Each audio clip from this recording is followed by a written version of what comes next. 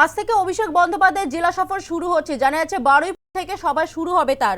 2026-এর ভোটের আগে কর্মীদেরকে চাঙ্গা করতে এবং ভোটের ময়দানে কিভাবে লড়াই করবেন কর্মী সমর্থকেরা, সেই সমস্ত বিষয়ের নির্দেশ দিতেই আজ জেলা সফরে অভিষেক বন্দ্যোপাধ্যায়। এক মাস ধরে বিভিন্ন জেলায় জেলায় ঘুরে সভা করবেন তৃণমূলের সর্বভারতীয় সাধারণ সম্পাদক।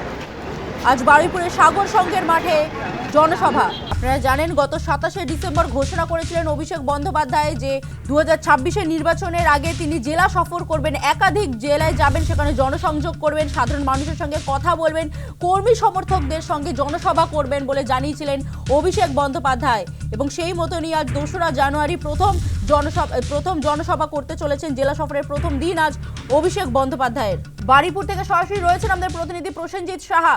প্রসেনজিৎ, আজ থেকে অভিষেক বন্দ্যোপাধ্যায়ের জেলা সফর শুরু হলো। 26-এর বিধানসভা নির্বাচনের পারদ যেমন চড়ছে, ঠিক সেই রকমই কিন্তু নির্বাচনী পারদ চড়িয়ে প্রত্যেকটা জেলায় জেলায় সভা করতে চলেছেন তৃণমূলের সর্বভারতীয় সাধারণ সম্পাদক। বারুইপুরের ছবিটা জানতে চাইবো, কারণ আজকে প্রথম জনসভা হতে চলেছে, সেখানে অভিষেক বন্দ্যোপাধ্যায়ের শেষ মুহূর্তের প্রস্তুতি ঠিক কতটা তুঙ্গে?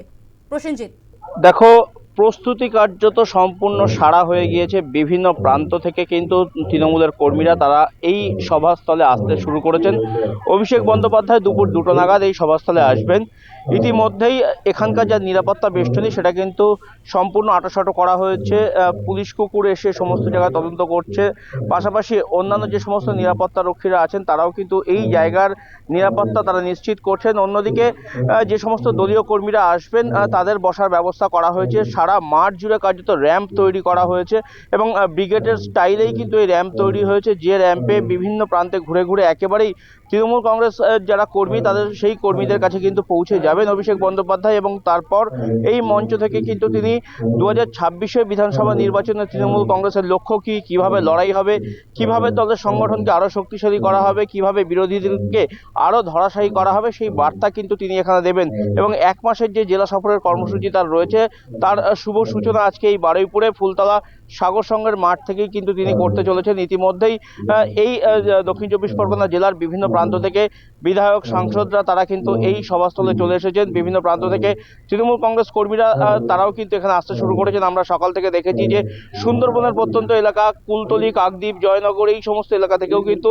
তৃণমূল কংগ্রেস কর্মীরা এই সভাস্থলে আসছেন। আজকে দলের সেনাপতি কি বার্তা দেন 2026-এর নির্বাচনকে সামনে রেখে, মাথায় রেখে কি ধরনের তিনি গেম প্ল্যান করেছেন, কিভাবে লড়াইয়ের ক্ষেত্র তৈরি হয়েছে, কিভাবে শত্রুদের সাথে লড়াই করতে হবে, কিভাবে সেই বার্তা দিচ্ছেন অভিষেক বন্দ্যোপাধ্যায়, সেই বার্তা শুনে এলাকায় ফিরে গিয়ে কিন্তু সেইভাবেই দলের সংগঠনের কাজে এগিয়ে নিয়ে যাবেন তৃণমূল কংগ্রেস কর্মীরা। সেই আশাতেই কিন্তু তারা আসছেন এবং ইতিমধ্যেই কিন্তু কাতারে কাতারে তৃণমূল কংগ্রেস কর্মীরা তারা এই সভাস্থলে আসতে শুরু করেছে। আর কিছুক্ষণের মধ্যেই সবার কাজ শুরু হয়ে যাবে, তেমনটাই কিন্তু জানা যাচ্ছে। সাধনা, বেশ, একেবারেই ধন্যবাদ প্রসেনজিৎ। 27শে ডিসেম্বর কর্মসূচি ঘোষণা করেছিলেন অভিষেক বন্দ্যোপাধ্যায়, শোনাবো।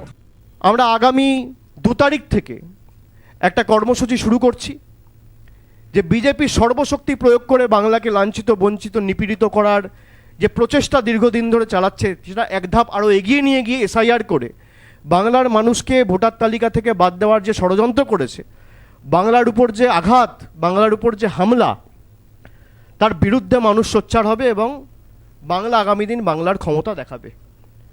আমি 2 তারিখ থেকে রাস্তায় থাকব।